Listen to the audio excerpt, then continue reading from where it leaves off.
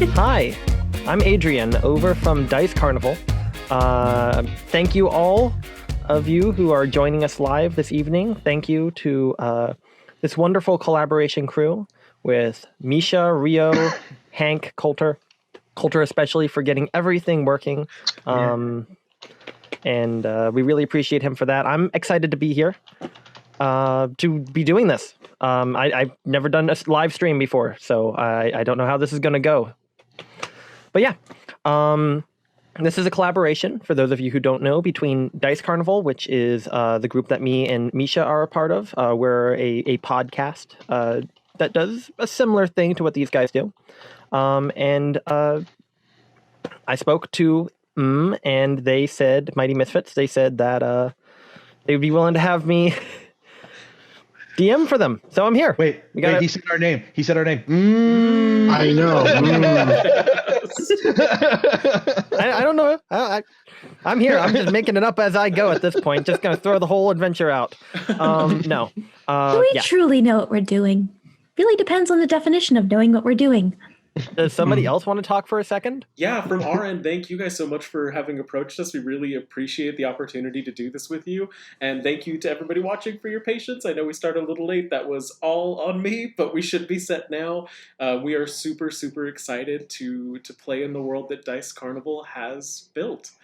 Hi, Mud Shovel. To give you a little bit of a reference of the world that we have, we call our world Electrival, named after the main sort of fantasy New Orleans style city that we run our main campaign, which is just released our second episode. Our third episode is coming out Tuesday. And it's all a world of noir intrigue and steampunk fantasy with kind of like an electrifying flair to it. And it also got a very strong sort of post-apocalyptic element to it. So there was a world that existed before this one. Whole calamity happened 140 years ago. And now the people who are alive are picking up the pieces, navigating a new world of expansion, of society, and exploring many of the themes that we might stumble across in our own literature and our own history. And that's what I love about D&D and tabletop role-playing is it's just such a cool medium to experiment with these ideas and alternative history and to make it in a way where you get to hang out with people and have fun and roll dice and shout at each other. I don't know. But all that fun stuff, all that fun jazz. You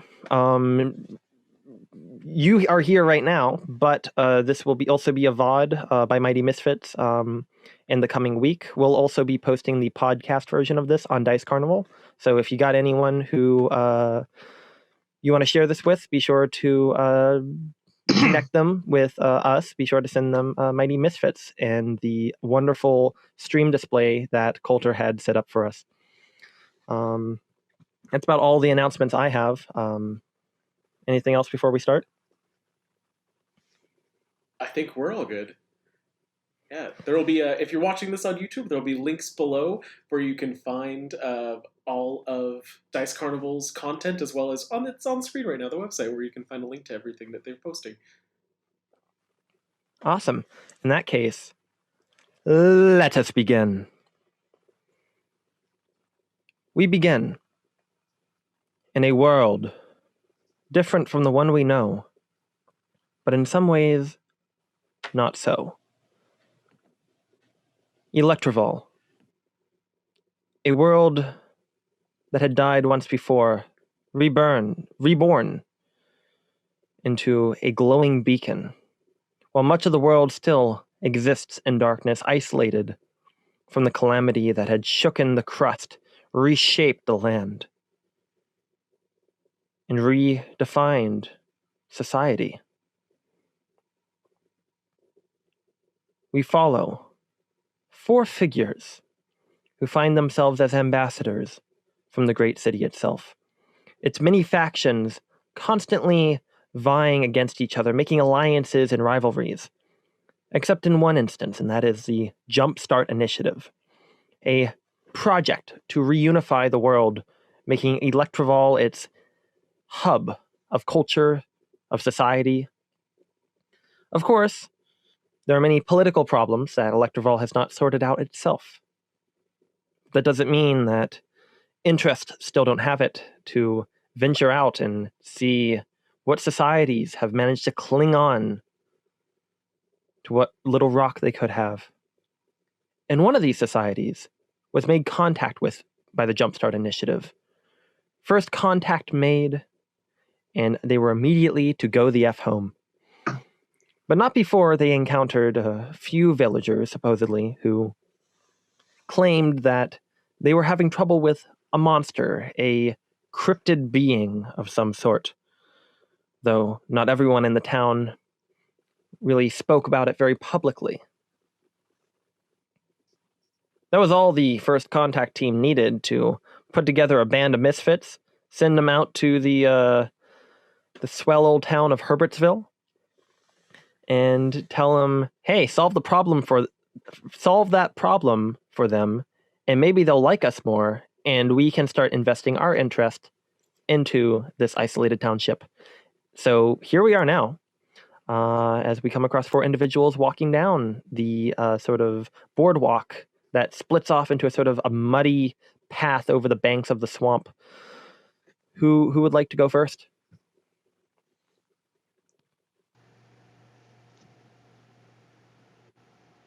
I think Gloria? Coulter should. Oh, Coulter. All right, Coulter. You've been nominated.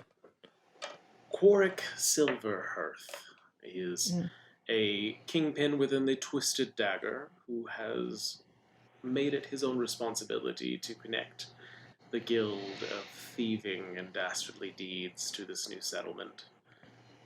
Approached the Jumpstart Foundation, to which they were surprised he was aware that this was happening to begin with. But we all have our little sources and our little secrets. He is a Ghostwise halfling, which I believe is Witpack within the world of Electrival, standing a good head shorter than the rest of the party, if not half the height of a few of them, and dressed in worn leathers and all of the Twisted Dagger flair. Ooh, Coulter, do the new character thingy that you made. On the screen.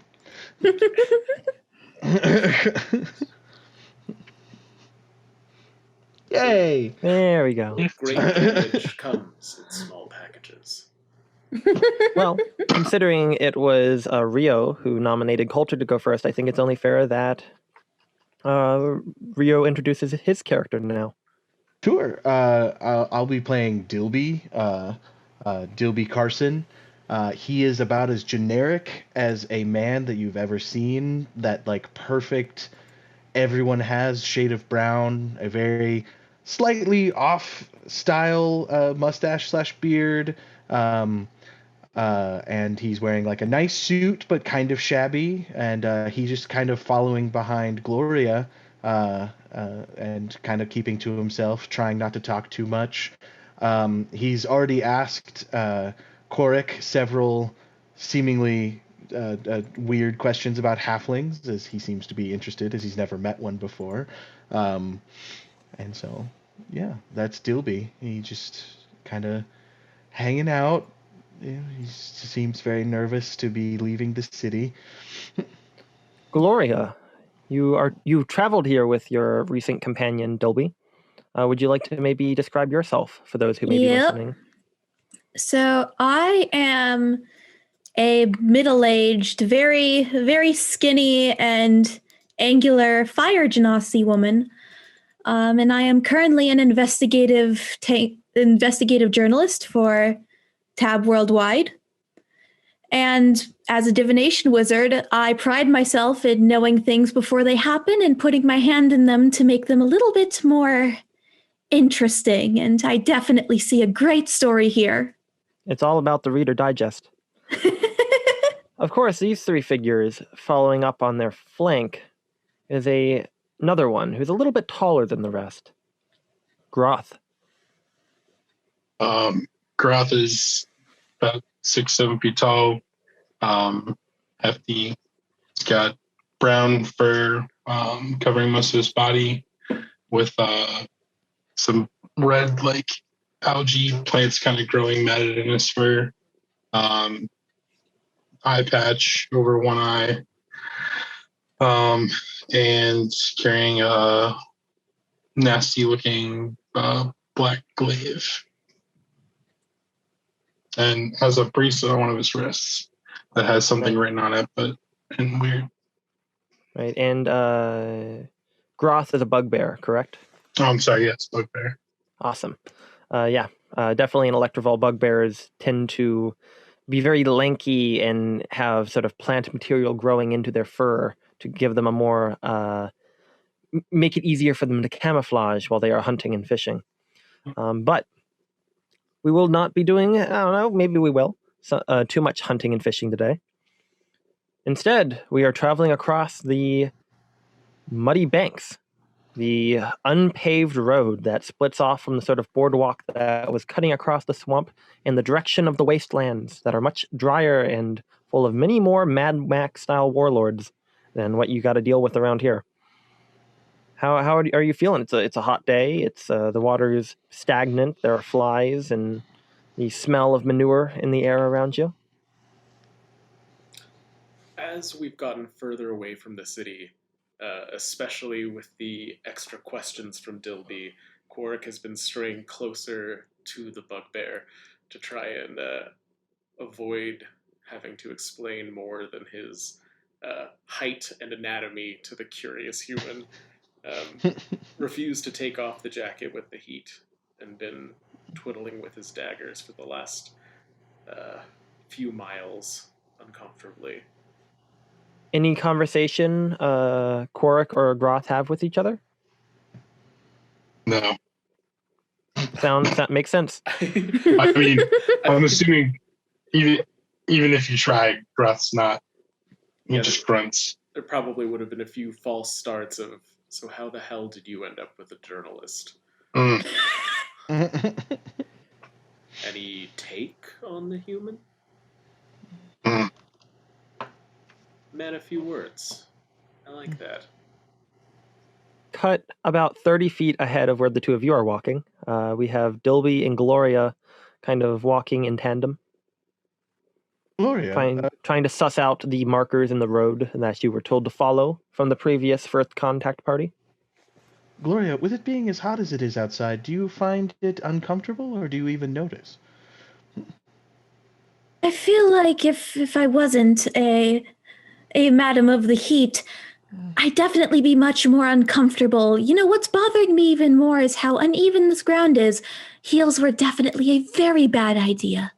With one step of Gloria, there's a squelching sound coming from beneath. If you would like, I could carry you for a bit until we're out of the worst of it, but if what you said about where we're going is true, I feel like it's only going to get worse, Gloria. I can manage. Thank you so much, Dilby. I do appreciate it. Well then, as you are having your conversations and making your way across the sometimes knee-high muddy waters that are the swamps around Electrival, that smell of sort of saltiness also kind of permeating, as this is not a fully freshwater swamp you are trudging through. It is the middle of the day. Salt water. Okay. It's brackish, kind of. It's like a mix. Yeah. I'm sorry. I just in my head I was like, oh, it's poop water, and then I was like, oh no, he means salt water. Okay, that makes sense. I mean, it's probably a bit of that. You do have to avoid the occasional very large crocodile laying on the occasional bank. Maybe I would imagine Groth might be familiar with this terrain a little bit from histories we will not pry into. But for the majority of you are definitely finding the experience unpleasant, but tolerable considering your life's experience and the sort of challenges some of you have faced before.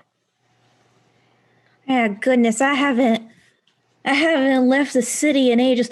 Who's here's more familiar with, the outskirts in this area? 'Cause I don't think I should be leading.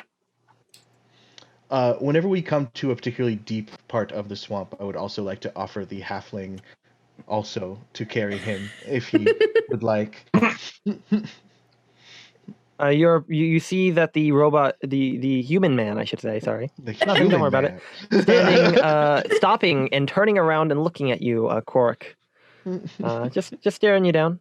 I mean, no disrespect to you, and I understand that your question is asked out of kindness, but that is a question that you get to ask a halfling one time. Well, once I had the answer to it, that makes perfect sense. You would No. only ask it. Oh, yes. Yes, very well. I believe our associate with the unfriendly countenance, the larger one, he would probably be the most familiar with the swamp area. You're native, correct? Let's see.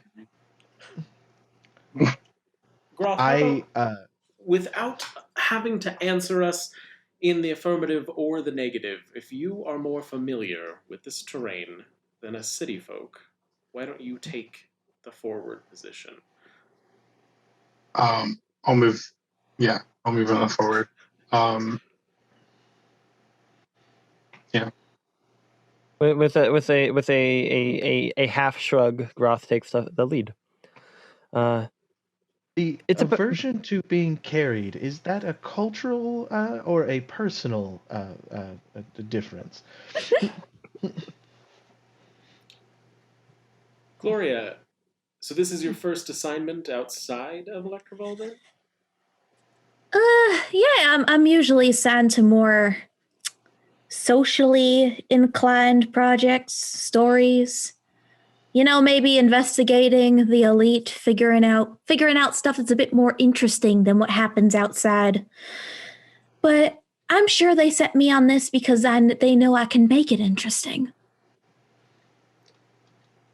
So, notoriety is the name of the game where this is a concern for you. Well, I mean, how else do you create an interesting story? If you lay it out plain and simple, people are just going to get bored of you. Don't you know journalism? We usually get the papers after they've gone through a few rounds. Well, maybe I can show you a little bit of how it's done in person. See what the field looks like. Always Usually excited among to the- learn. Sorry. Yeah, usually in the circles the Twisted the Dagger operates in, most of the magazines are laid out as toilet paper. But it is as you are emerging from the top of the bank and beginning to kind of dry out, and some of you have maybe taken your boots off to not soil them too badly. You kind of find yourself standing in that point for a moment when you hear a faint sound. I would say Korich. I'm pronouncing that right, correct? Works for me. Korich, you hear with your very keen halfling ears the sound of a grunt or a cry for help, but faint. Hold back. Can I tell a direction? You do. You kind of like listen a little bit ahead of you in the reeds of the embankment you've just climbed up. You see, maybe a little bit more of a path here than what you've traversed previously. Not by any means a road, but you think you see maybe grooves in the earth and the mud that look maybe somewhat freshish and kind of in that direction and a little to the right of where you're heading. That's where you heard that sound. And then you hear the snapping of like some reeds. There's something So ahead, something's pushed against them. and it didn't sound like it was in a good state. It was something close to possibly a cry for help or a cry of alarm, but it's dead on through that reed. Mm-hmm. Amazing. It's amazing how good your hearing is when it's not a question asked by a seemingly innocent third party. I don't necessarily want to get involved in this, but it's directly in our path. Could make for a good story. Definitely. You hear another sound, Korik. And it's a story that may be over soon, so we should probably move. You proceed forward. I imagine, Cork, you're keeping the lead.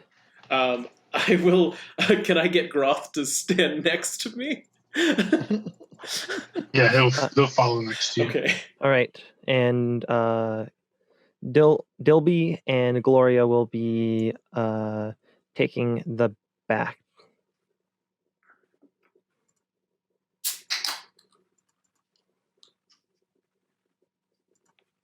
Yeah.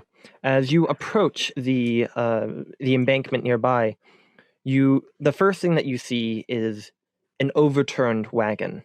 You don't know how long it's been there, but it doesn't look like it's rained since it had gone off the path. It looks like it's taken some structural damage, but that will need a closer inspection.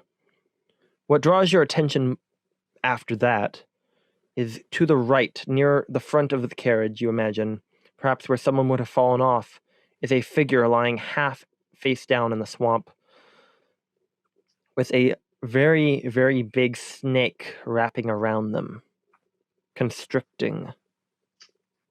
And then you hear another and a faint snapping sound from where you see a man with kind of tanner skin and a sort of handlebar mustache and black wavy hair that's been in the swamp for a while is currently being crushed by this very large snake that bats an eye in your direction. I will look upwards and say, "This better not be you fucking with me," and I will attack the snake. In that case, I need everyone to roll initiative. Initiative time. Ooh. It's very strange to have good initiative after so long not. Right. Well, first thing I need is Gloria's. Yep, that's going to be a 15. That was a 13 on the die. Dilby. 7. Cork. 19 on the die, 24 with initiative. 24. Groth. 3. All right. Respect. Better than Nice. Hank. Nice. Well, Taking away that initiative. Cork, you are most certainly the one to act first, for you see that this large snake seems to be in the process of crushing this unfortunate victim. You can't imagine a creature of this intelligence and of this anatomy would have been able to drive the wagon off of the road, but it definitely seems to be putting this man in dire straits. A distasteful danger noodle. Cork, you go first. Cork will hold out both of his hands, and as he does so, these fairly translucent blue and purple daggers will appear in them, and then he's going to take a throw. As the blades appear in your hand, there's a faint whispering that suddenly emanates from them as they conjure, and you throw them or you run up and strike. I'm going to throw them. Or throw. All right, you twist and you throw out this psychic blade. Go ahead and roll to hit. That is a 15 plus 8. So that's 23 to hit. 23 will hit. Go ahead and roll your damage. The snake is not currently harried by this individual, so I don't think you have something to activate sneak attack. This man is a victim. If anything, he seems unconscious at the moment. All right, and then I will I'll also, so that's 5 plus 5, so 10 damage with the first one. All right. And then I will use my offhand to throw the second one. Is it a bonus action to conjure the blades, or is that a free action? It is good question. It's part of the attack roll. All right, it's part of the attack roll. Go ahead and make your offhand strike. So that is going to be 13 plus 5, so 21 there, or 22. It is a snake, and it is very big, and it is not that agile. That will hit. Okay, so that is going to be a 1 plus 5, so we got a 6 on that one. 6 points of damage. You see the snake lets out a as it looks towards you, and it starts baring its fangs. All right, I got its attention. Now, anybody else? Keep in mind, the snake is about 15 feet away from where you are. When you crested the ridge to see where the wagon had crashed, basically into that ditch area is where the snake pretty much was. And yeah, the snake's turn. Uh-oh. It is going to slither forward, still grabbing a hold. This is, by the way, a huge creature. It is going to lash out and bite out at the sneaky little halfling. Though that will only be with a 13 to hit. Misses. As you go ahead and see it's going out, you quickly tuck and roll out of the way as you see it's already craning its neck out and it lashes out at you. And yeah, you see it kind of turn up dirt as the weight of its head slams down. Its head almost as big as you are. All right, I deserve that. So you're saying he's bite-sized? Gloria, you and Dilby are running up the hill as soon as you see the mound of dirt fly and you see the scene that is in front of you. I firebolt the snake. Go ahead, roll to hit. All right, that's going to be a 26. All right. 26 will definitely hit. Go ahead, roll your damage. That's going to be 4 damage. You go ahead and you strike against it, but this creature, having been recently submerged in the water, the fire isn't as you deal 4 points of damage. All right. Anything else? If not, it is going to be Dilby. Yeah, that's going to be it. Dilby. So Dilby is going to.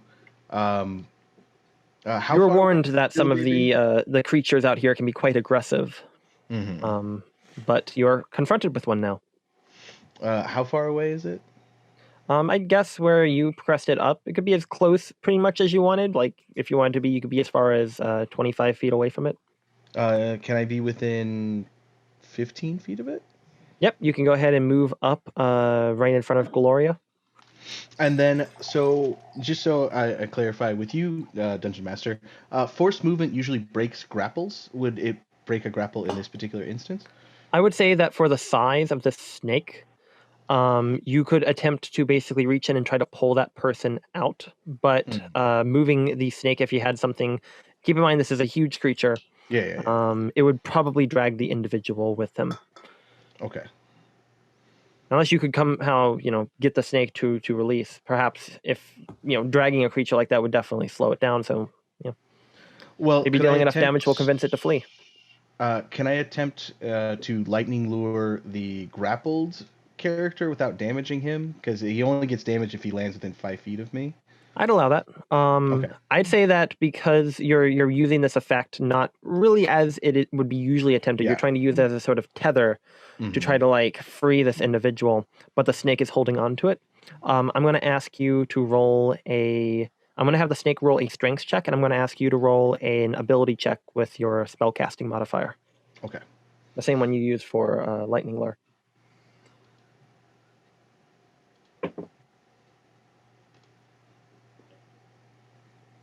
13. That's a low. Well, it rolled a 9. Okay, cool. It's pretty decent strength.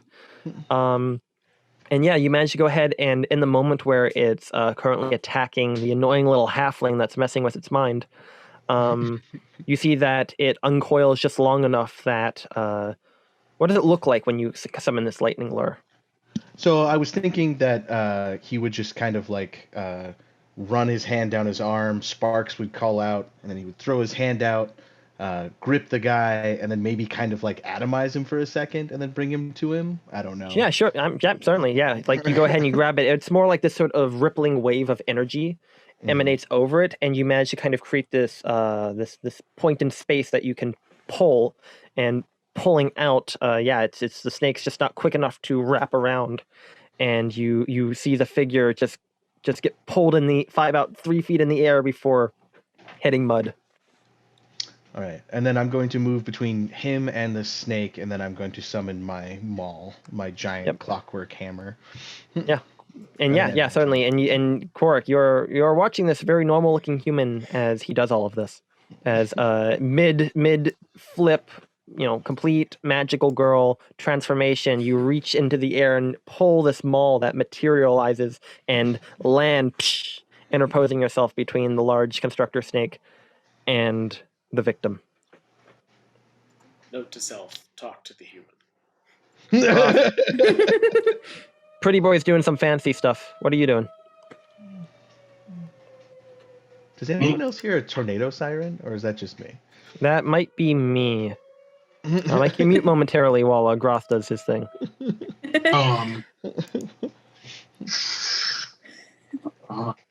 Okay, so the guy's out of the snake now, right?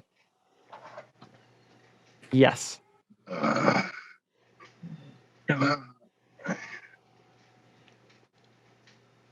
Groth's just gonna watch for right now. Sounds good. All right, that's Groth's turn. Quark. Okay, so I made the wrong decision of who to be nice to, and I'm going to go ahead and attack the snake again. And I will use the psychic blades. So first one, these are doing really well. First one is an 8 + 8, so 26 to hit. That hits. And that's a d6, not a d8, for 6 damage. Yeah. And 6 points of damage. off. And you would technically, because it's lashed out towards you, and I mean, is Groth pointing the stick at the snake's direction? Just kind of standing ready, or? No. To be honest, I would say Dilby. Dilby's the Yeah, I one was who's gonna engaging say. right now. Okay, Yeah. then I will sneak attack with that as well. Go ahead and sneak attack. Okay. Because You got there. if I moved him 10 feet and then moved in between, that would put me within 5 feet. So 6 with an additional 12 for 18 damage. It is too distracted by Dilby's showmanship. How much extra sneak attack? 12. 12 points of sneak attack. Yes, this snake definitely, as you see it's momentarily struck, you go ahead, like in Harry Potter, just go ahead and drive the blade into the eye of the basilisk. And yeah, and you hear a loud hiss. Well, is it So, dead? It's not dead. Not dead. Okay, then I will use the offhand attack. That's going to be a 13 to hit. 13 still hits. Oh, Very big snake.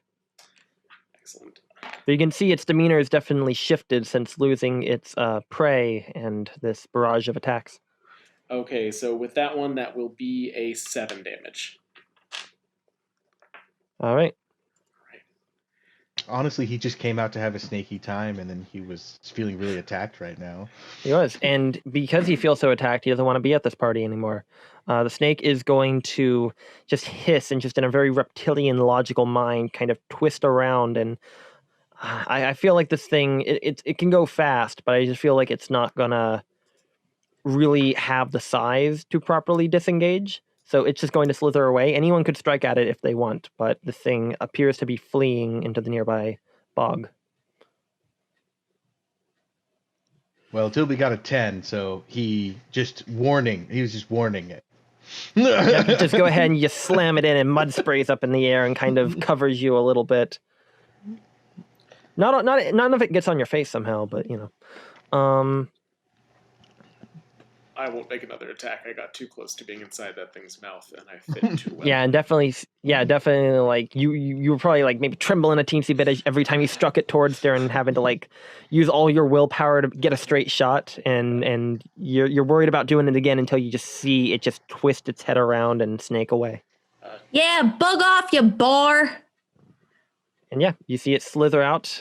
Do any of you antagonize it any further, or do you allow it to? If I see Gloria do it, I will say, you cantankerous cur, do not return to this area for at least 7 to 10 business days. What language do you say that in? Common. All right, good to know. 7 to 10. Turns out the snake speaks abyssal. I only speak Common and Elvish, so. Well. We will drop out of initiative. Groth, as you expected, you didn't have to do anything.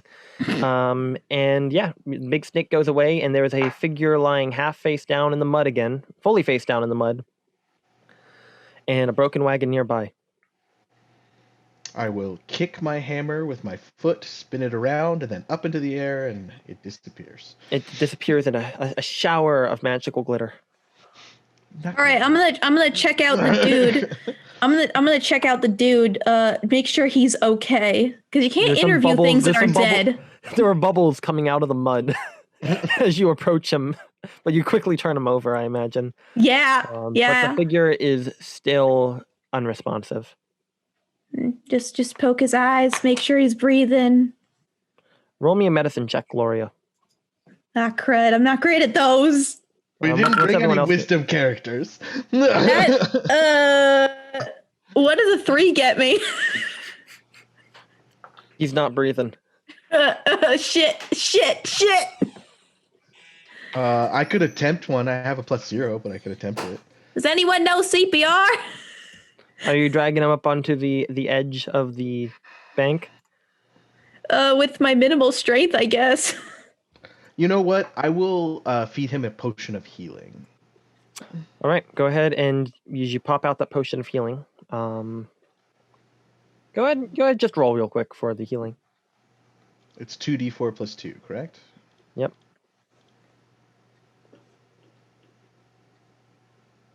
6. As you pour it in and the sort of vitality kind of enters his body, his eyes open for a second, and he's just like, the beast! And he kind of passes out again. It would appear that this person's problem, well, for one thing, one problem they don't have is they don't appear to be dead, but their problem isn't vitality.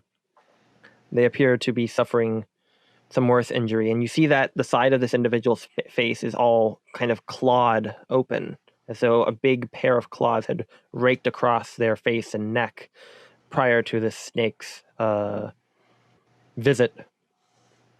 Were we assigned any sort of medic? Is there anywhere we could take this man? I mean, Dilby, if you want to go ahead and attempt a medicine check yourself. Well, I was gonna try. Okay, I'll try it first. What would you like to try? I was gonna try lesser restoration, but I like medicine first. I got an 11. Yeah, medicine doesn't hurt. It gives you an idea of like maybe what sort of magic or what sort of skills might be needed to help an individual like this. Mm-hmm. In this particular case, first thing you notice is that this individual's spine is not shaped quite right. Okay. You didn't notice it at first, but as you were peering across, it would appear that their spine is broken in some capacity. Mm. You're not exactly a trained physician, but you can sum up that much from the sort of awkward shape of it in the lower back. Would we say that's the paralyzed condition? This person That's the soon-to-be dead. appears to have a spinal injury. That is what you Well, get with an 11. I'm just wondering if lesser restoration would help that. Is what Would I'm not. thinking. No. How far would we know how far we are from some sort of settlement that we can take him? I mean, it's almost 2 days back to Electrival if you were to head out that way. You could always head back to the highway. You imagine the closest place would probably be the place you were heading, but you don't even know if they'd be able to help. I'd also like to say, while we have a moment, that because you stepped out of your way to save this man's life, you all get inspiration. Oh yeah. Woo! You get that achievement. Congratulations.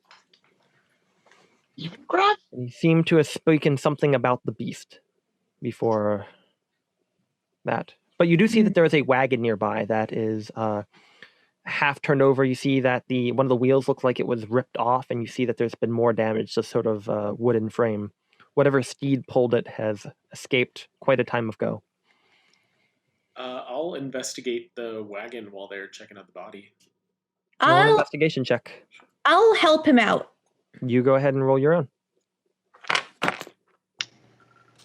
I'm watching around to see if anything comes up. All right. 16 plus 7. What's math? 23. 22. Well, you were going to get stuff anyway, but you get all the stuff. I will say first thing, does Dilby say anything when like he notices that announcing the state of the man?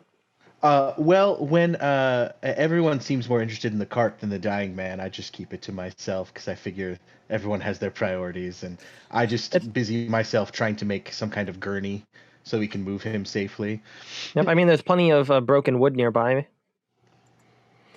But yeah, looking through here, you find a few things.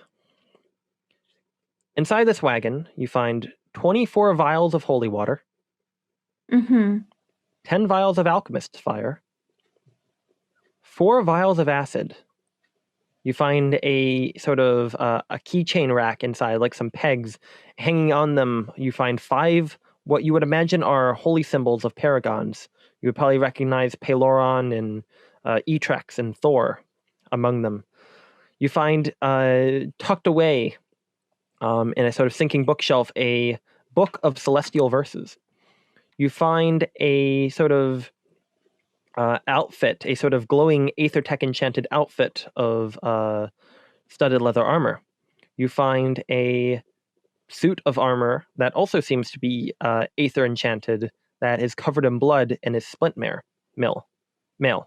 You find a quiver of 20 arrows that seem to be magically enhanced. You find underneath the seat of the carriage a pistol, a Thunderstone pistol, as well as 40 bullets, as well as 9 bullets that seem a little bit different.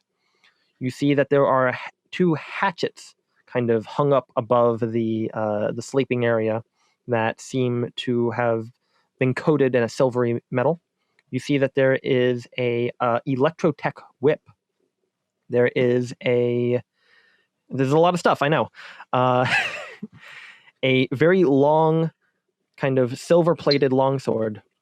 You find 4 vials in the kitchen area labeled Assassin's Blood. You also find, behind the cabin, what looks to be a chair with wheels on it that seems to be made with Aethertech artifice that is kind of folded up in the back of the wagon. You also find underneath, in a sort of hidden compartment, a sort of little brooch, like a star almost, but it has some styling to it, as well as a journal that seems to have sunken into the water and most of the ink has washed away except for maybe the most recent few pages. I'm gonna fish the journal out of the water, and I'm gonna tell Quark, all right, you begin indexing some of this stuff. I'll get the chair out. I'll get the chair out to our little friend we just saved, and I'm gonna take the wheeled chair out so we could possibly like prop up the injured man in it. So as you go ahead and you pop out the wheelchair, you're trying to figure out how it works until you see that there's like a little lever at the edge, and then it just mechanically pops open in front of you and kind of half sinks into the swamp. These big treads that are fashioned on here, you imagine that this individual's spinal injury was not caused by the snake, but was probably a condition that he had been living with before, and this was a device that he used to compensate. Yeah, I'm gonna bring it out to them, and I'm also gonna start checking out the journal. As Gloria approaches with the wheelchair, be very careful. He has a severe spinal injury, and it might be dangerous to move him. As I'm not really looking at her. I think this is intended to help support him. Oh, well, that would explain the severity. Yes. So I will kind of position him in the chair itself. So you just kind of like scoop him up, and you and Gloria are trying to just kind of weekend at Bernie's him into the chair. Except Dilby is obviously doing all of the work. Yeah. This man... just in case, can I cast Lesser Restoration, specifically trying to remove any poison effects? You can. Just in case I don't know. It seemed like a constrictor snake, but I've seen weirder things. Roll me one more medicine check as you cast this. 12 this time. You cast a spell.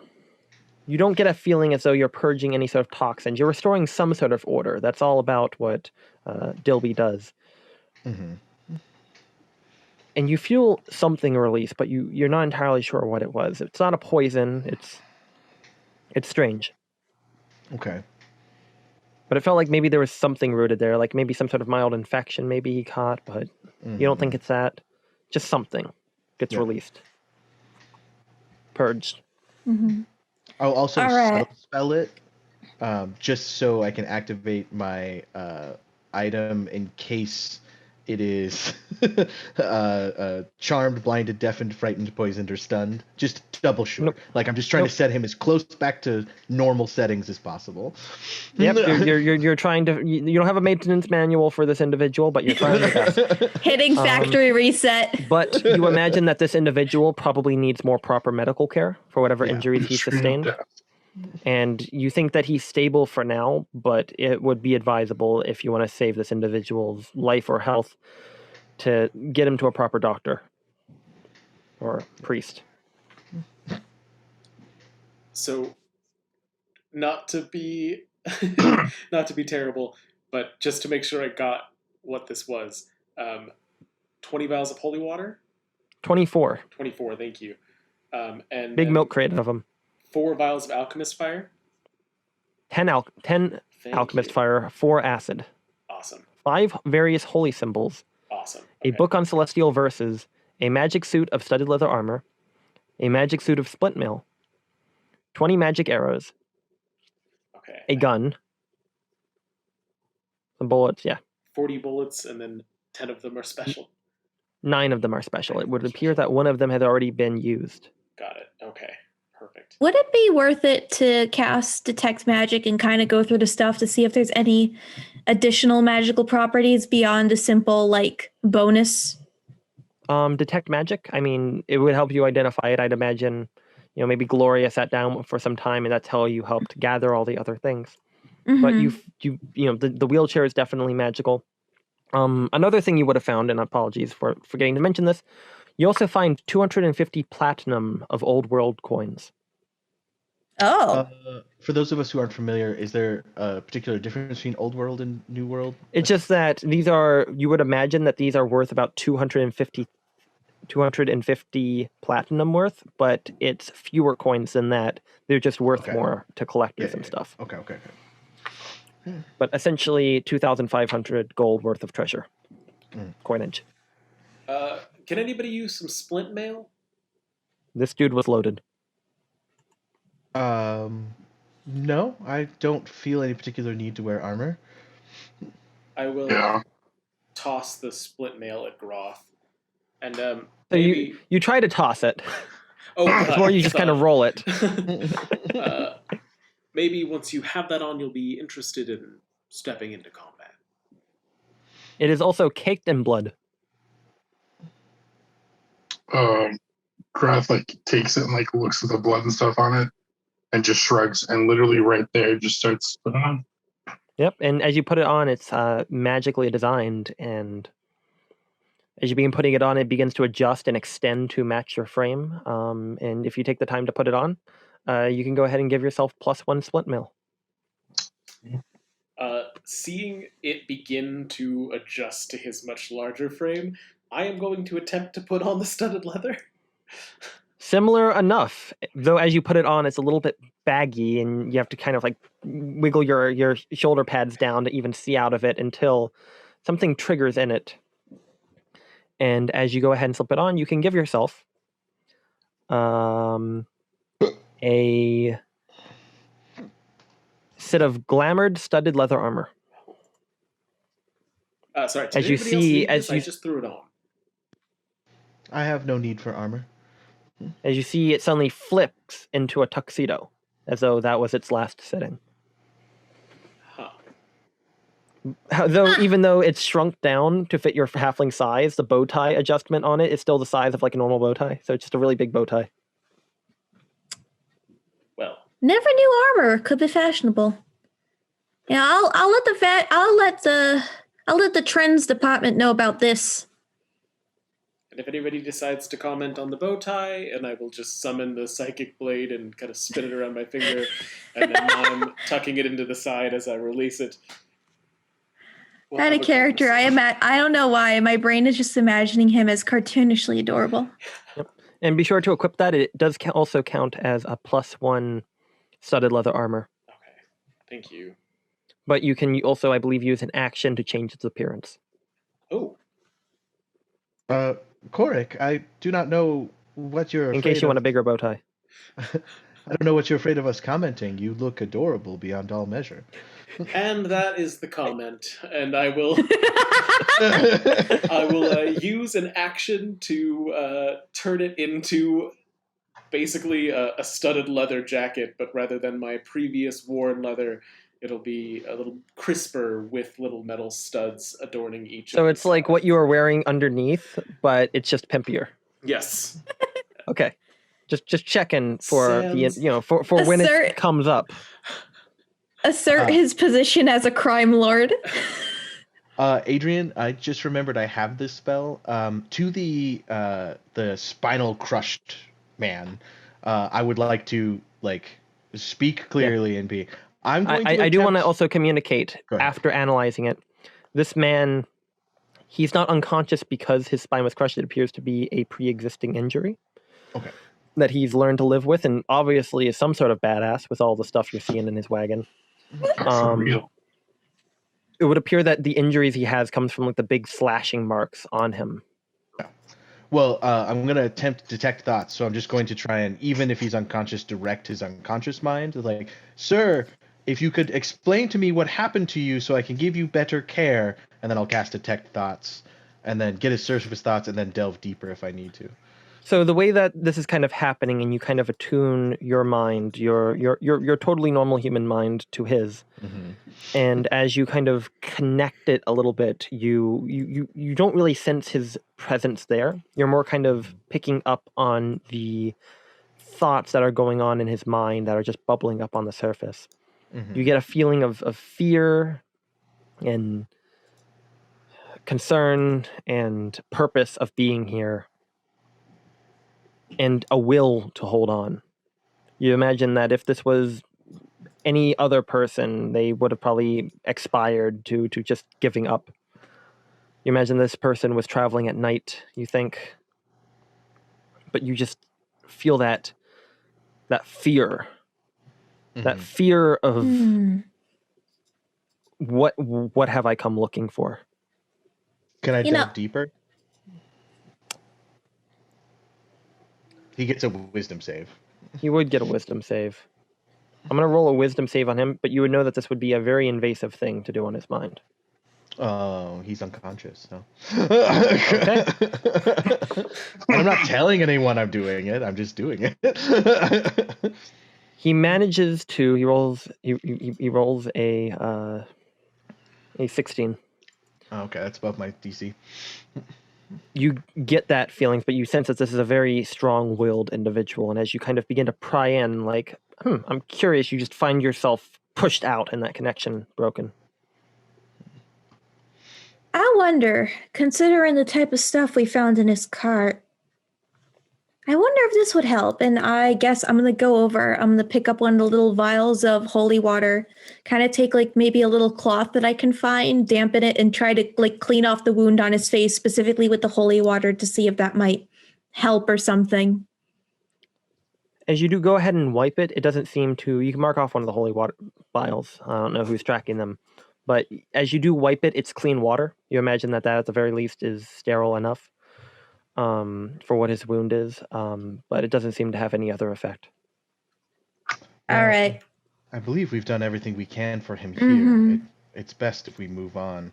Do we think it's possible to fix the wagon? I have proficiency in land vehicles. Can I make an assessment?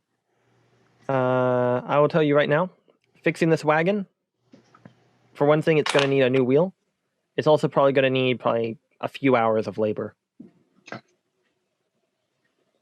All right. I'll pass that along. And you do have you do have Oh, a chair he to speaks. transport him on. If we need to carry more stuff, I can easily summon a disc to help us carry stuff. Who would carry him? I mean, one of us can push him, and the disc can carry the rest. Sounds like a plan. And I'm just going to ritually cast Tensor's floating disc. And at the end, you snap your fingers and a disc of force appears as all of you have made preparations. It's probably been a good 30 minutes that you've been at this site. Did And you can go ahead and you can stack like the I don't know, the holy water crates and what's not on it. The desk itself comes with a little cubicle. not to assume anyone's morals, but perhaps if there's anything the rest of you would like from this little hoard, you may want to squirrel it away before we get there. The firearm looks interesting.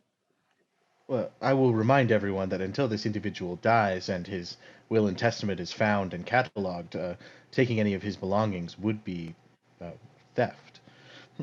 Let's bring it along with us, because if we're taking him with us, then most of his stuff's going to be left unguarded.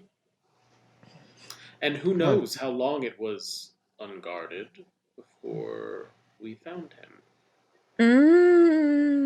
I see what you're getting at.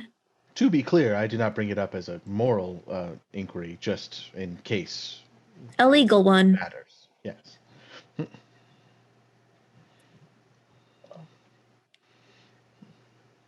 The crime lord staying next to the pile of treasure. Yes. What do you do? You leave it on the cubicle? Do you want to? Yeah, let's Build any stack of it it? up. Let's stack it up in the cubicle. I mean, at this point, all we're doing is collecting his belongings and bringing them with him. All right. So we technically not done anything legally dubious as of yet. If need Who- be, we can borrow it. Who is pushing the wheelchair? Groth.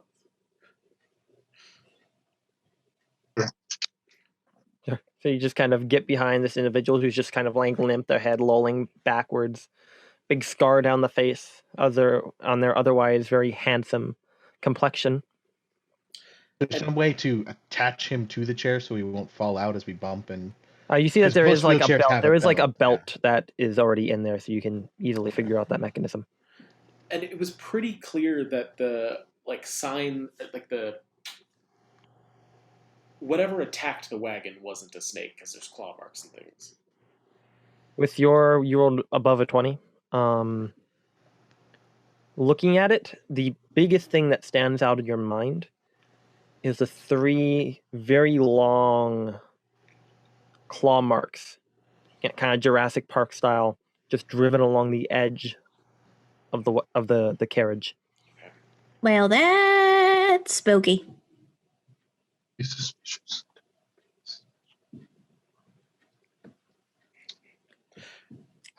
And clearly there's more than snakes in this swamp.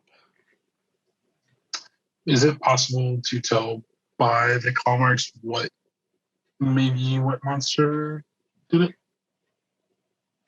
I would say Groth, you would not recognize this as anything Okay. you'd be familiar with or faced before. And you fought some, considering by the glaive you carry, some nasty foes in the past. Can we try to discern about how large it is from the size of the claw marks? If it is bipedal, quadrupedal? They are 4 feet long, 4 feet long. and they just splinter and slice through the wood. The claws are 4 feet long? The tear in the side of the wagon. Okay. I was like, 4 that's through a man, and out the So- other side, then through another man. So its slashing distance is pretty long. So if you can consider, and just kind of, It's just Gloria's very, just very kind of, strong.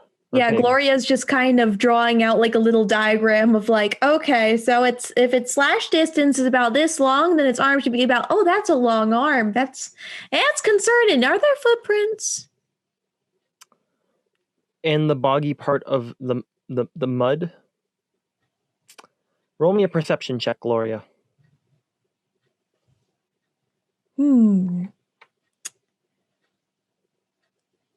And I can imagine that right here I'd write down, and that's when we discovered the footprints, and I'll use my 13 from my divination die. 13? Mm-hmm. Total? So 13 plus 4, 17. You kind of close your eyes for a second and see a flash of a vision from the events that have transpired, and you open your eyes and you see in the road that you were traveling across a single footprint 3 times the length of a human's. 5 sharp claws digging down into the mud as it had stepped and tread across. But it looks completely alien to any of you.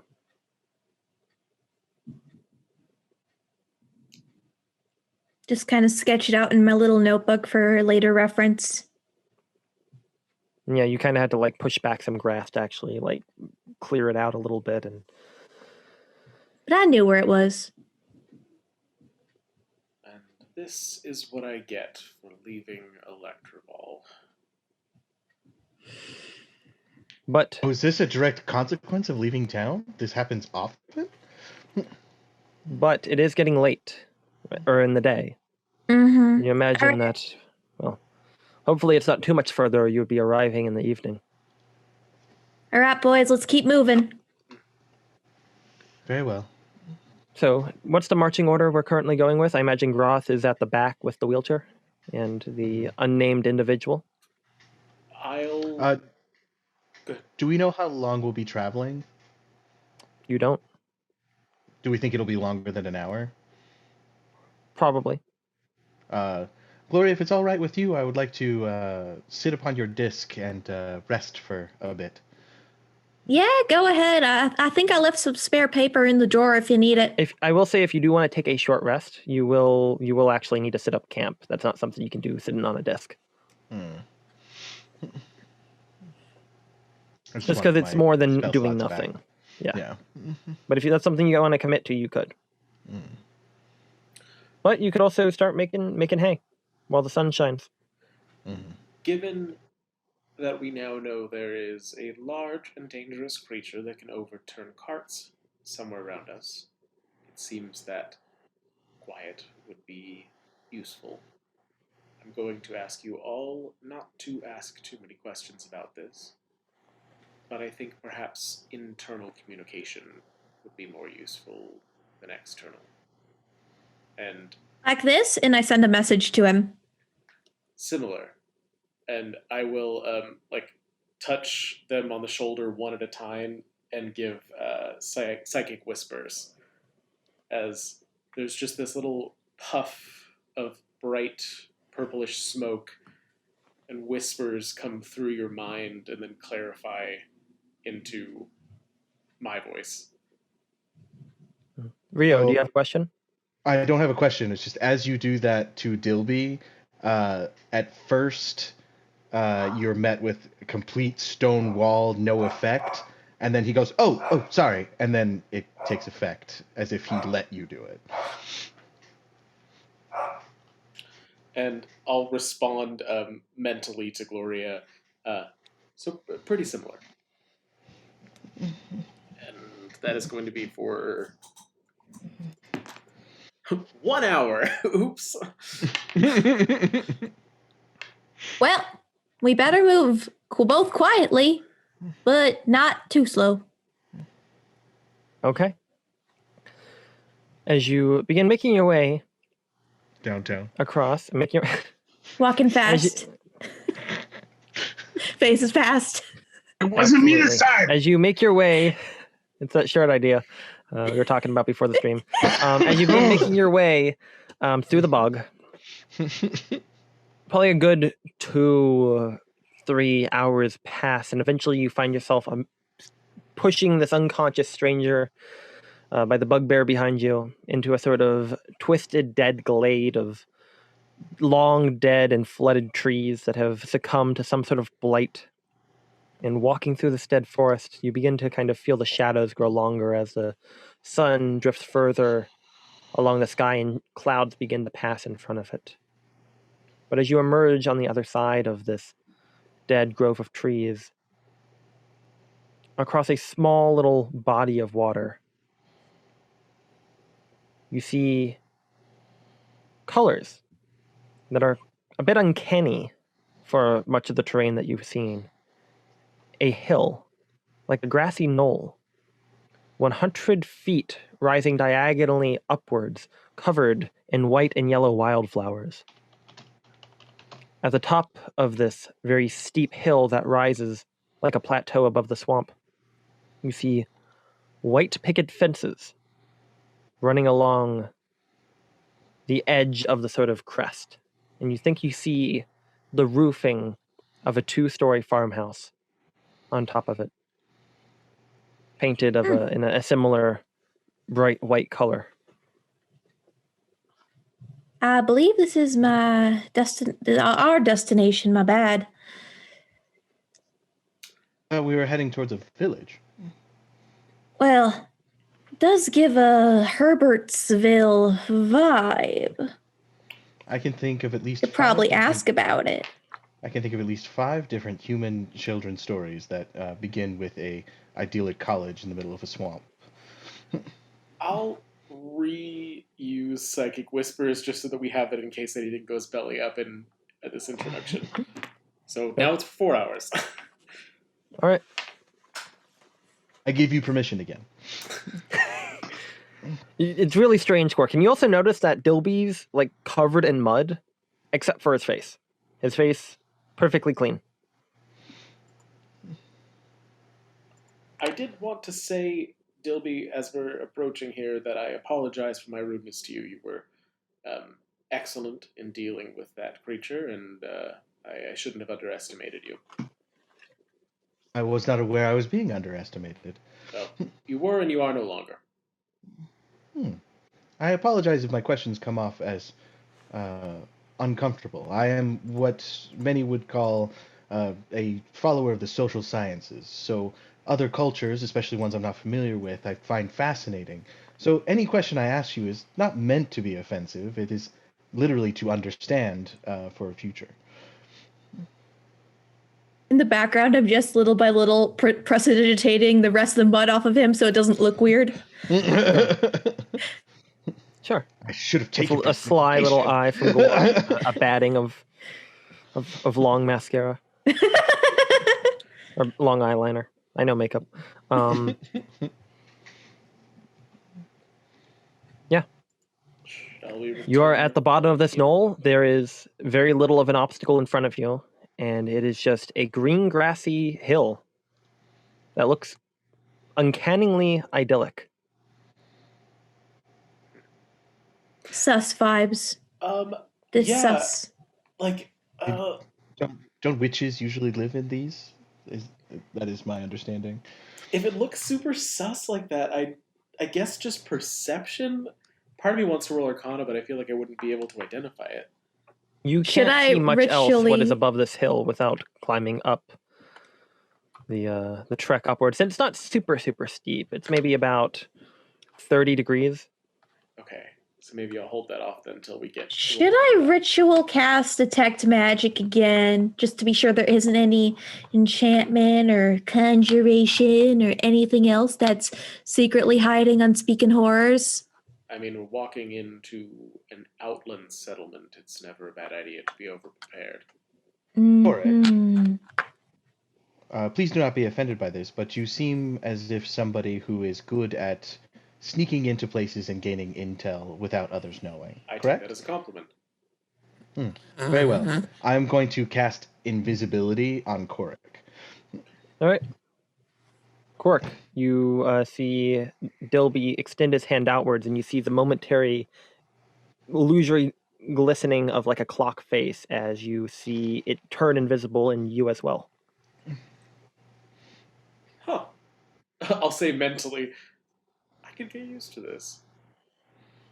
I am very useful as a support. That is why Gloria brings me along. Are I'm we- having a little trouble hearing Rio sometimes. Oh, I'm sorry. It's good. I just want to make sure I can hear you. That's very strange. No one's ever said that to me in my entire life.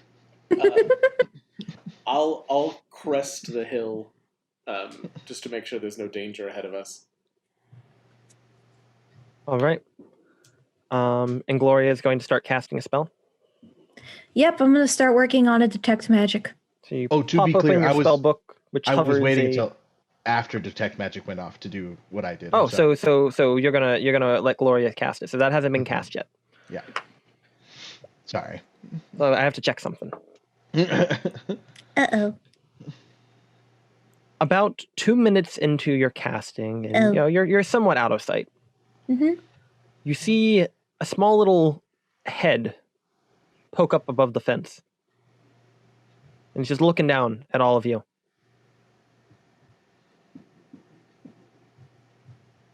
Does it see us? Korak, you see that. Oh. Hello? You shout that? I'll say it just in a regular tone of voice. Yeah, Is it so you how just go far ahead away and just from me, all right? 100 feet up the hill. A little more than that. Hello. We discovered a traveler on the road who seems to have met an ill fate. Do you want to play Giddy Up? You hear a child's voice call out. We are entirely too busy for anything that involves the word play. Do you I have... don't think kids understand that. Can you bring us an adult? Roll me a persuasion check. I do apologize, Chloe. Oh, actually, that's okay. My childhood was basically non-existent. Okay, I'll take that. What is it? Nat 20. Plus 4, so 24. Hey! So the kid looks down at you and says, okay. And the kid just pops away. You imagine from the stature that this is a halfling child too. Oh, family. Probably no older than maybe 4 or 5 years old. It's like child, but more concentrated. The child disappears. What do you guys do? I imagine DeGloria stop casting. Insight on the child to see if it's really a child. You can't see the child right now. Yeah. There's just a tiny little head poking up with little hands, just calling down at you. You're Don't the trust expert, children. Gloria, but if you can finish casting that before they come back, I wouldn't be... I think I will. I don't know if I trust random children on idyllic knolls in the swamp. Upside, that means there can't be any cannibalistic witches here. She would have definitely eaten that child. That could be the cannibalistic witch. Does anyone interested at seeing what's on the other side of the fence? I thought we were can we not see over the fence? It is on top of a hill that you're at the bottom of. It appears to plateau beyond the fence. All right, I'll finish casting my detect magic. So you're gonna keep casting it. Mm-hmm. All right. Do you want to make me invisible, concert? I was just saying, like, while you're trying to cast it, does anyone want to get ahead and try to get a look at what's happening up there? Sure. Yeah, I can go ahead with the plan. Because right now we're things are happening. Okay, so after I'm invisible, I will try and crest it then. All right. So go ahead and roll me a stealth check with advantage. I imagine if you're turning invisible, you're trying to remain unseen. Yes. And you've got like some crazy range on your telepathy right now, right? Yeah, it's a mile. Several miles, yeah. Yeah. So I rolled a 5 and a 9, so thank goodness I have a plus 11 to stealth. So that's going to be a 20.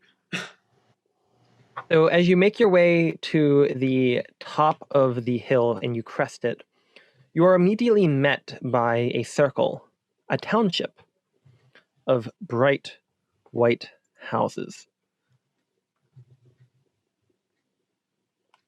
You see kind of built along here a few installations, and you see it kind of descends downhill to what looks like a sort of agricultural center. You see sugarcane reeds kind of in an area closer to the swamp, but you see that the gardens here are very well manicured. The land here seems to be much healthier, much more suitable for agriculture and growing, and than most of the swamp below. And it would appear that this plateau has a sort of town built onto it, all painted in this sort of white, beautiful color. You see that there are maybe a few individuals walking around wearing similar sort of white, maybe we could compare it to kind of Cajun style dress, walking in tandem. Standing there, you see, as you kind of make your way up, you see that there's a kid that kind of darts into the center and runs into one of the buildings. I will relay back to the party. Seems as though we found a sort of Eden in the swamp here. Sounds from how you're describing it, sounds a lot more civilized than I would have expected for an unknown civilization out here. Time may tell. Should I rejoin the rest of you or stay out of sight as long as this lasts? Would it not behoove us to enter as possible? Sorry, you cut out there partway through.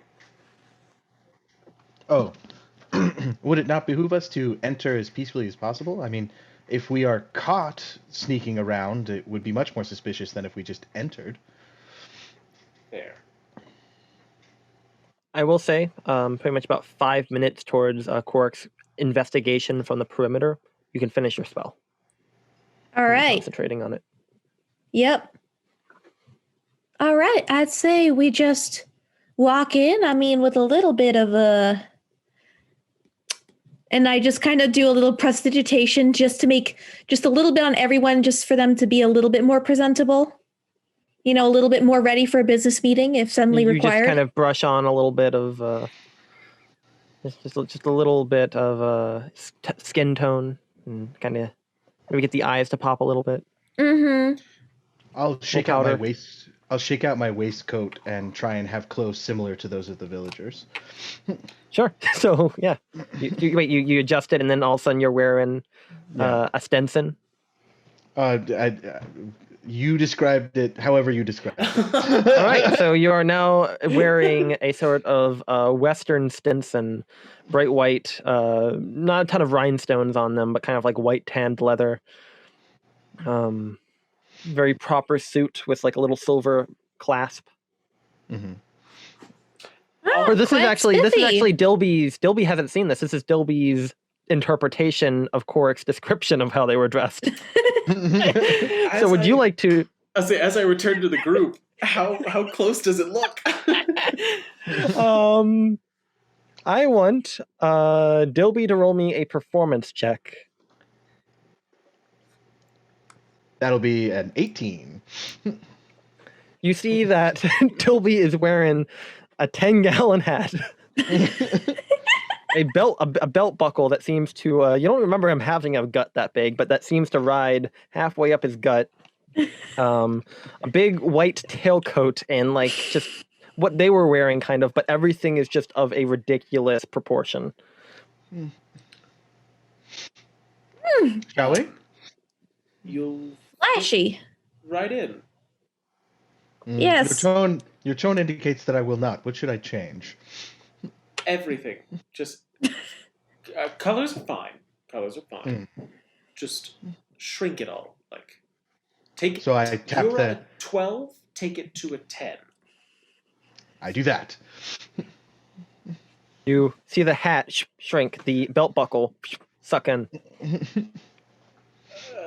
It's still not quite right, but it's a little less extreme. Being that I am not the journalist among us, I will say that's close enough as far as I'm going to be able to provide. What's Groth I mean, feeling? I'm not exactly with the fashion department. How's Groth doing? Just watching out. All right, just push. Are you gonna just start pushing the dude up the hill? Yeah, I'm gonna check his straps to make sure everything's like tightened down and he's not gonna fall out because I don't want to run back down and pick him up. All right.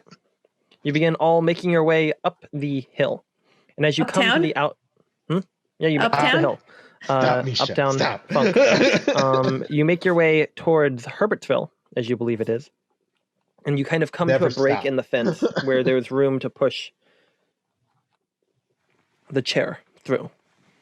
And as you kind of push your way through this little gate, you see standing in the middle of the street that is very, very pristine, is a little boy kind of clutching a stuffed dog and say, "I found grown-ups." And behind him, you see carrying pitchforks and torches are 13 individuals, one of them at their lead carrying this very long crook, this figure hobbling forward in this sort of militia dressed in similar styling, but with a lot of makeshift weapons.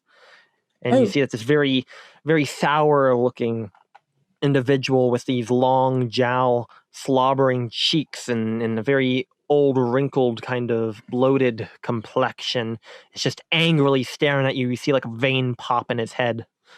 And he's just making his way towards you. And he says, "See, look, that's where they are." Shit. And you just see the man look down. "Run inside, kid. Get inside. Tell your mother to lock the door." We have a man who's hurt who needs medical attention immediately. Would anyone be able to help? So yeah, you are just standing at the edge of the fence, the four of you, kind of framed around this unconscious dude in a wheelchair. And yeah, you see that this militia begins making their way through and be kind of semicircularly surrounding you against this fence, and this figure dressed in kind of priestly attire steps forward and says, "Why do you come into our home? What is your business?" I'll take a step behind Dilby. I will let my hammer manifest, but not touch it, so it just slams into the ground next to me, like hammer down, shaft sticking up. And then I will be like, we're here on, I believe, 2 counts of business. One is an injured traveler, and the other one was, I believe we are here for a news story of some kind. I did not pay that close attention to that, but if you continue to be aggressive, me and my companions will destroy and raze this village to the ground. What do you mean? You will do no such thing. just wide eyes, like, excuse me? He raises his voice very loud. approach I can't this? raise my voice too loud because it will blow out the mic. But he'll go like, "You will do no such thing. We want nothing. None of your reports or your gambling houses or brothels in our town. Go back to the hole in the swamp you came from." What he meant was that we would defend ourselves if we were attacked, but primarily we Thoroughly. have a traveler here who we assume is from the village, who was attacked by some sort of giant beast and is in need of medical attention. I need Korik to go ahead and roll a persuasion check. Oh god. Okay. I'll make that a I will natural adjust the 20. DC, considering Dilby's. I'll make that a natural 20. So, how does this? So, Gloria, you kind of see this moment, and your eyes don't really draw attention to this grizzled, jowling individual, but your eyes connect to another person whose ears do seem to have been reached. A woman steps out of the space she was in. A lavish manor house with these long pillars and a balcony above. Clearly, maybe some sort of town hall, perhaps, dressed in a sort of similar attire, but in a bit of a sort of more dressly pattern, and kind of brought up into a sort of buckled up vest. And she begins making her way forward, and she says, "Wait, please, First Minister, I asked him to come here." "What? Oh, this is mutiny. This is a sin against the town, Elena. You know we can't have outsiders. You know what they'll do to us, what they'll do to our culture, do to our cleansing, our purity." And Not to mention your frail bodies. She'll reach out and say, "No, please. It is too late. They have someone. We'll bring in the doctor, and we'll keep them within the space. I can assure you, they are here just to help us with the problem." "We don't have any problem.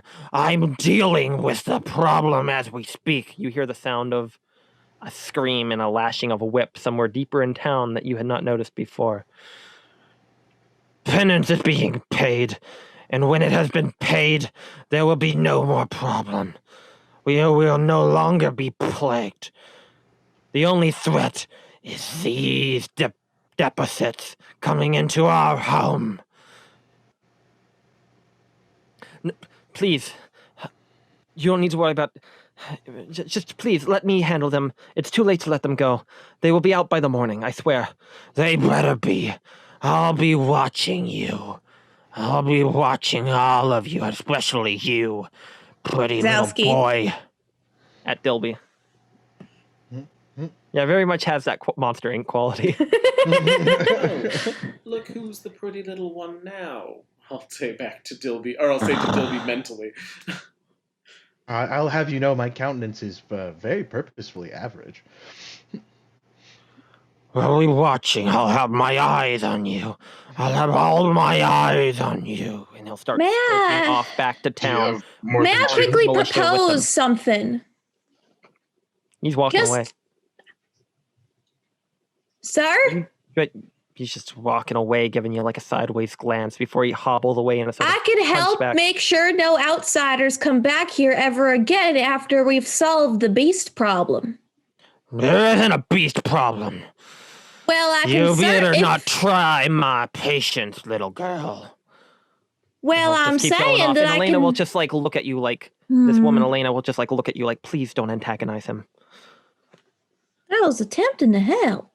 Oh dear. This woman, she approaches, and you see that there's like two of these sort of pitchfork wielding militia standing by.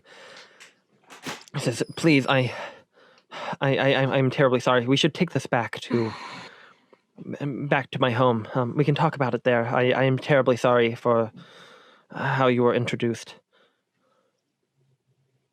Is there any You're another- chance we can help get this man medical attention? Yes, please. She kind of calls to that same halfling boy again and says, can you please go fetch the doctor? Tell him that there is a very sick man, and then go stay with your mom, okay? And the kid just kind of nods and runs off and says, okay, governess. And he'll run off to some house. And she'll say, please, bring him inside. We'll get him sorted out. And yeah, as she begins making her way forward, I guess signals to Groth, who I imagine isn't going to be talking a whole lot either. Anything you guys want to say after recent events? I was going to propose to him that we can help him make sure that there's no more outsiders that come back here, because frankly, I don't want anyone from the city to come back here. But apparently he doesn't like that idea either. I'm sure it's no offense meant, Gloria. I don't think that he likes any ideas. Well, thankfully that means I can write whatever I'd like about this place and not feel any remorse. Not like I ever have. I seriously doubt he'll ever read it. I still Yes.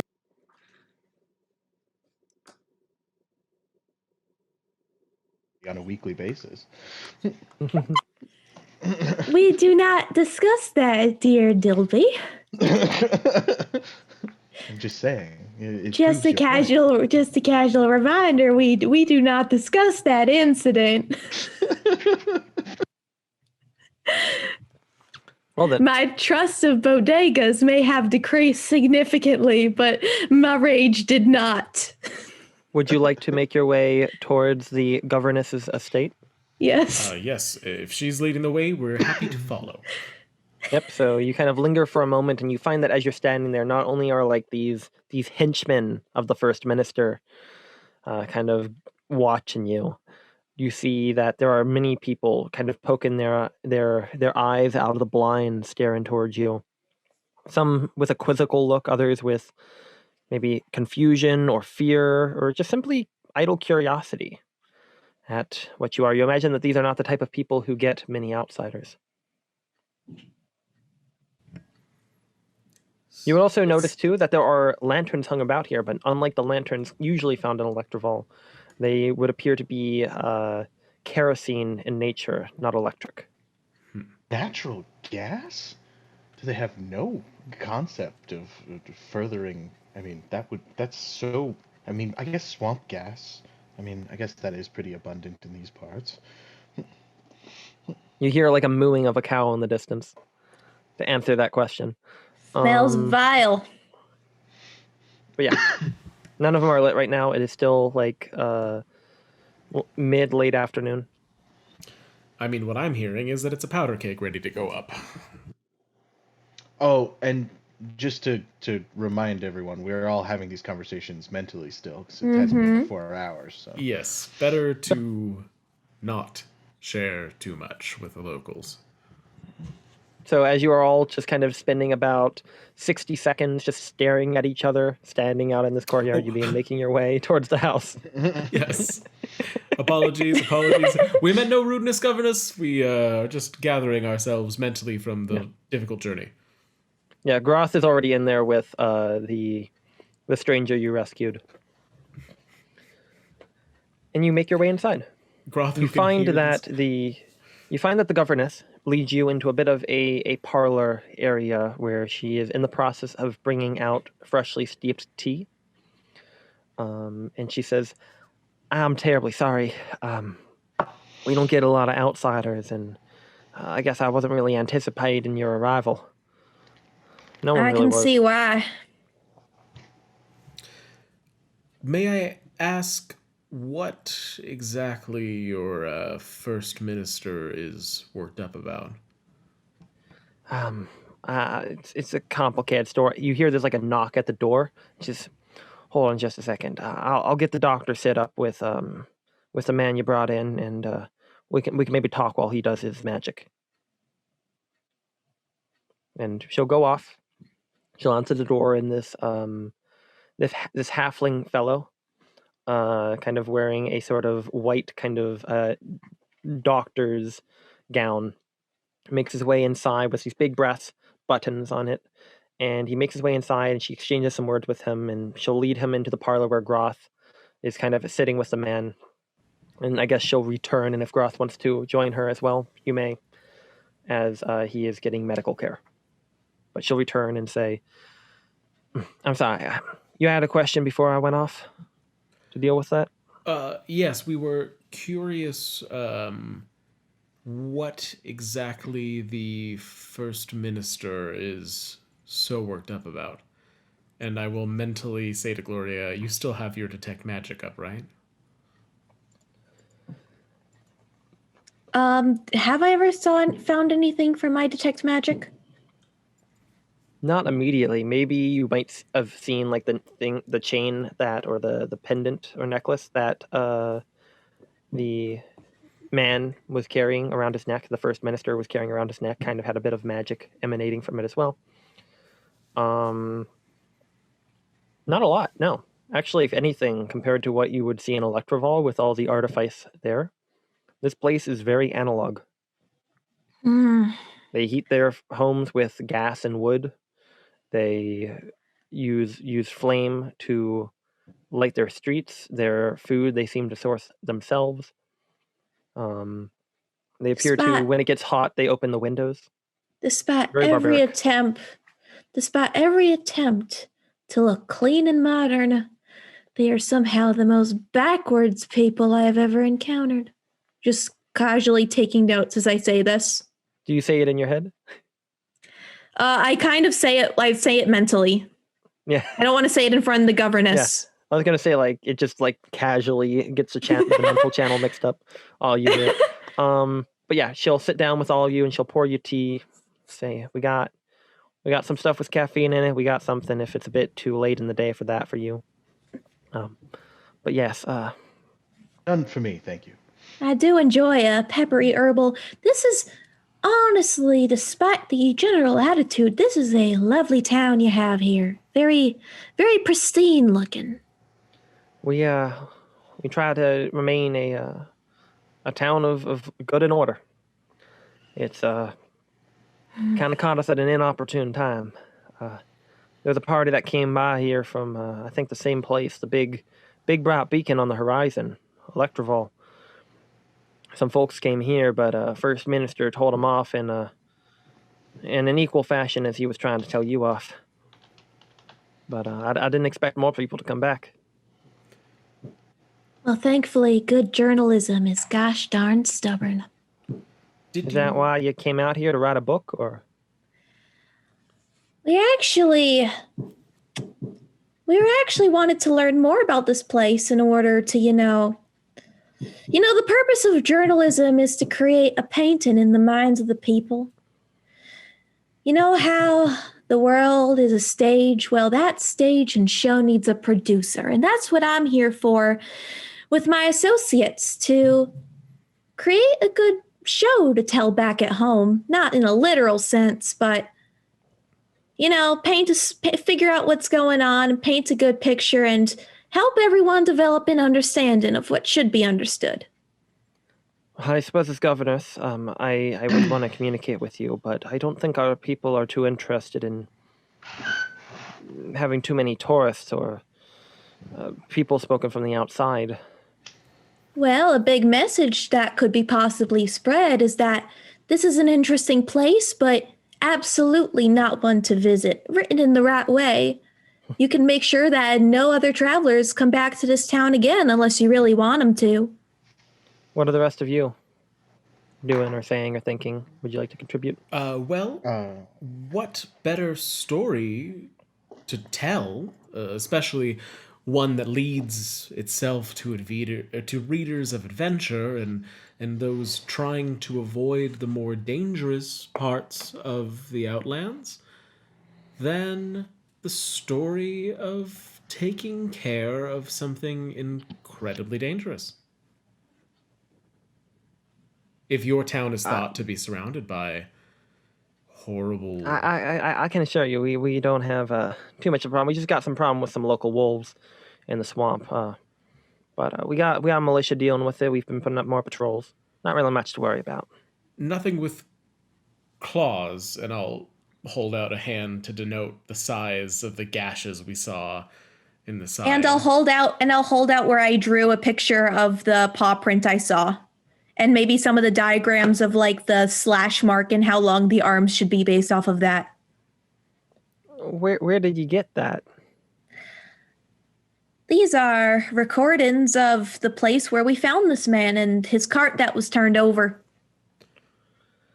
She is about to speak. I don't really know what to say. That's smart.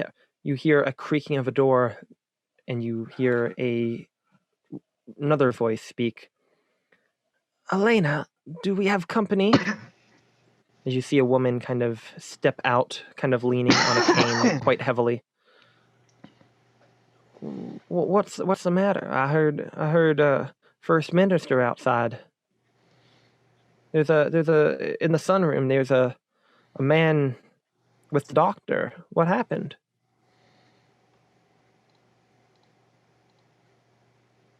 I'm so terribly sorry. This is hi, Elena. If I haven't introduced myself, my name is I'm Governess Elena. Here's my wife, Louise. Louise, you shouldn't be out of bed. Please, you know what the doctor was saying. I don't want to stay in bed no more. I want to meet these people. I want to know what's happening. You're worrying me, honey. Do any of you want to intercede? Right now, it looks like Elena is just trying to stumble for words. It's a pleasure. It's a pleasure, Miss Louise, if I catch the name correctly. Unfortunately, this man was attacked, and we came here trying to figure out if we know any more about the creature, if you've ever seen any paw prints like these, or heard stories around your town, if there's anything you could tell us to help. Are you here to help? Yes, we are. She looks over at Elena and she says, and Elena's just kind of like gone a little silent, a little sunken into herself. She says, Elena, you haven't told them. I think they're here to help. Please, I know that this has been a problem for you. It's been a problem for everyone, but do you not trust them? She says, no, it's not. Louise, please, you should really lie down. She says, I'm not lying down. This has been causing too much of a problem. People are dying, going missing. Who knows what other sort of trouble is going on. The Rougarou, it's back, and I think these people might stand a chance at helping. What? The Rougarou? Elena just says, it's Rougarou. an old legend we used to tell children when I was a wee bab to kind Would of you convince them mind- to stay in the town. Would you mind describing it? Louise, as Elena's trying to dismiss it, says, it's a terrible monster. It's a creature created by witches in the swamp, brought about by those who don't follow the tenets of virtue. And that's what the first minister is all worked up about is we've been getting attacked, and he's convinced that we've been letting go of those values. That's why it's been heralding us. Never He's heard been of a tracking creature. down sin, and he's been tracking down sin and making sure folks repent before more blood spilled. Of course. Hmm. Yes. And But that's not going to solve the problem. It's not a legend. It's a monster, and it needs to be killed. Or the creature that created it needs to be. I'm just parsing this out in my mind, and I've never heard of any sort of creature that comes out when there's a need to repent. That's definitely new, definitely very interesting for the story. And in my head, I'm like, okay, yeah, this minister guy is probably behind this. He's probably setting this up, especially if he's got an agenda, or at least he's definitely making it much worse. Like, that's just Elena- what I'm thinking. Elena, all of you get this torrent of conspiracy theories. Elena speaks up and has kind of gathered her speaking voice and says, please, let me explain a little bit about our history. Maybe, Louise, I'll talk to them. Just stop, friend. Go lie down if you would. And Louise says, I'm fine. And she kind of kneels to a knee and kind of grabs a hold of her cane. And Elena stands up, and you see like their teacup kind of fall and spill onto the nearby rug. And she helps Elena up, and she says, it's fine. I'm going to make my way back. You better. I don't want to lose you. I'll be fine. She'll start making her way back. I'll send the doctor in once he's done with our latest guest. Sounds good. I'll bring in some tea. Thumbs up. Elena, Walks out.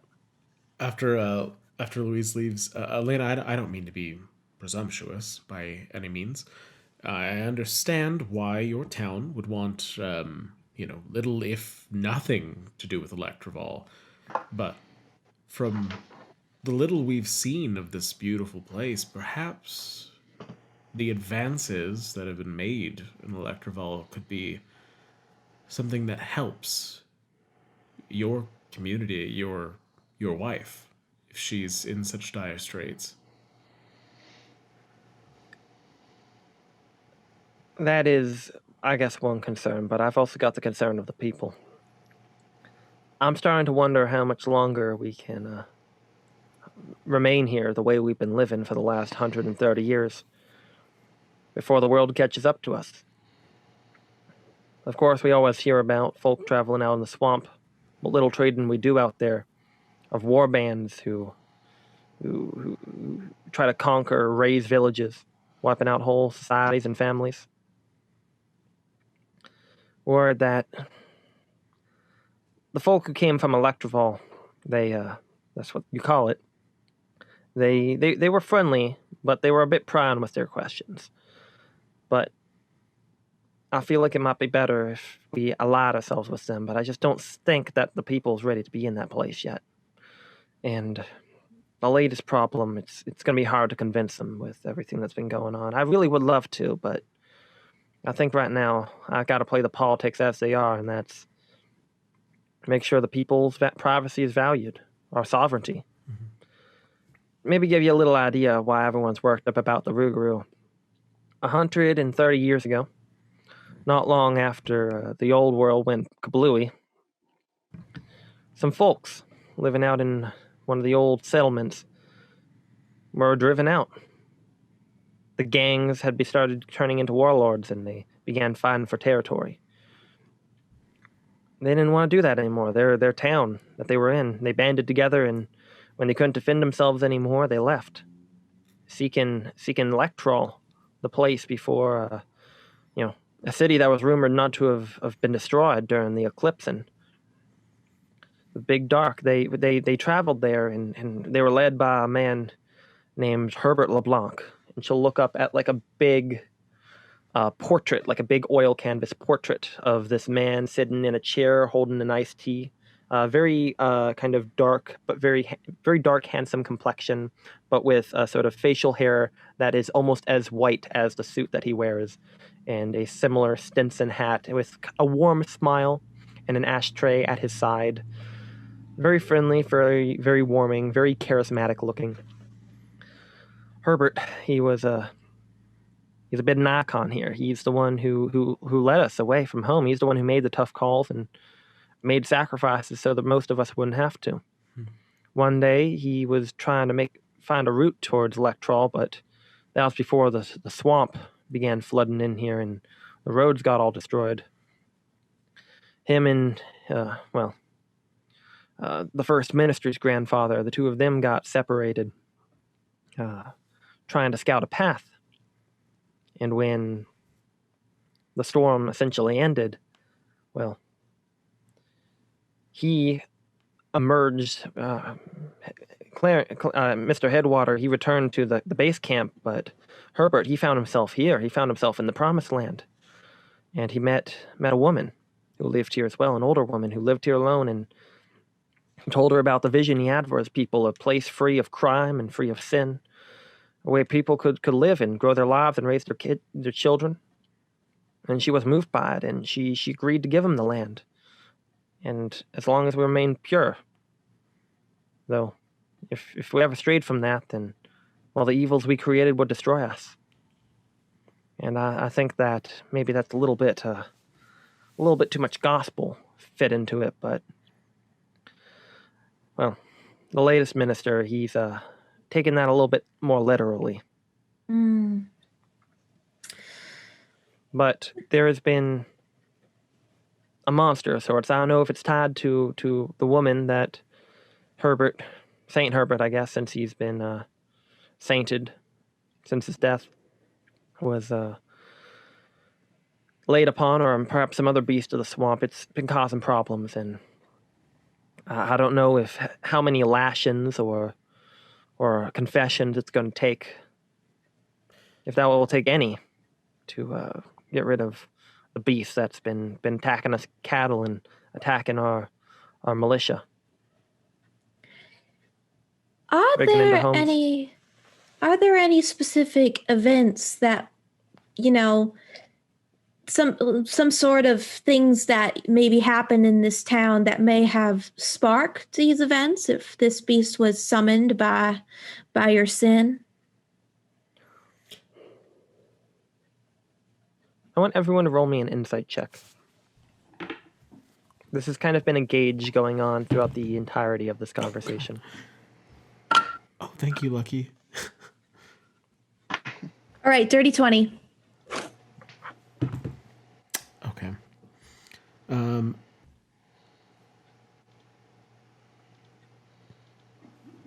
16. For the record, Dilby, as soon as he got into a seated position, went into sentry's rest because he's trying to get a nap in while they talk to this. But he can still hear and see everything, but he's not really participating, and he's standing perfectly still. If anyone looks at Dilby, he hasn't moved. He's been doing this whole time. He's just been in idle position. Yeah. If anyone questions He's just this, T-posing in the corner. if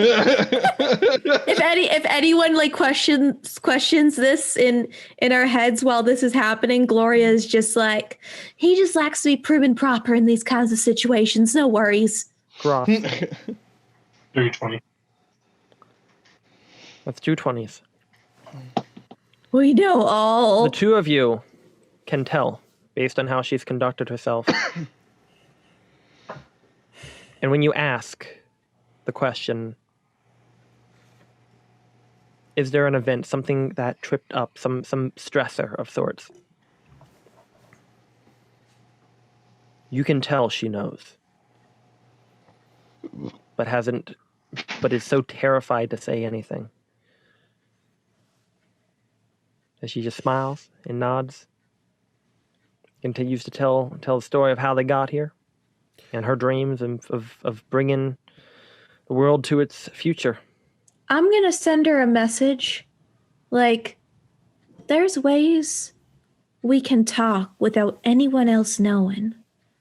But we'll do a much better job of helping you the more we know. It's okay. You're safe with us. Roll me a persuasion check. Shit, I already used both my portents. You have inspiration. I do have inspiration. So go ahead and roll. Okay. It's like a luck point. Oh, thank goodness I had that inspiration. My first one was a 3. So let's try again. Yes. 17. She looks at all of you. Your eyes meet hers except for Dilby's, who's just staring blankly into space. Dilby's on She factory realizes- reset. She realizes, especially from Groth, who gives her a raised eyebrow, like, yeah, I know.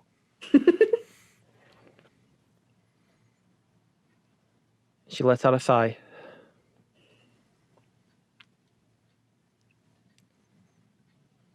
You have to promise to help us. And you promise you can't let anyone else know. We come from good stock in Electrival. No criminals, no sinners here. We Roll a deception check. Okay. I'm going to use. Actually, I guess I can decide after I roll, but I'm probably going to use another class ability. The only one of us who doesn't lie constantly is Groth, and that's because he doesn't talk. 21. I haven't lied once. Okay. She'll accept you. She gives you a look of like, I can tell that. But please, you can't let anyone know that Luis is the monster they're hunting. And with that, we are going to go ahead and take a bio break. Who's Louise? Louise is her wife. Her wife. It is? Okay, that's what I thought. I wasn't sure.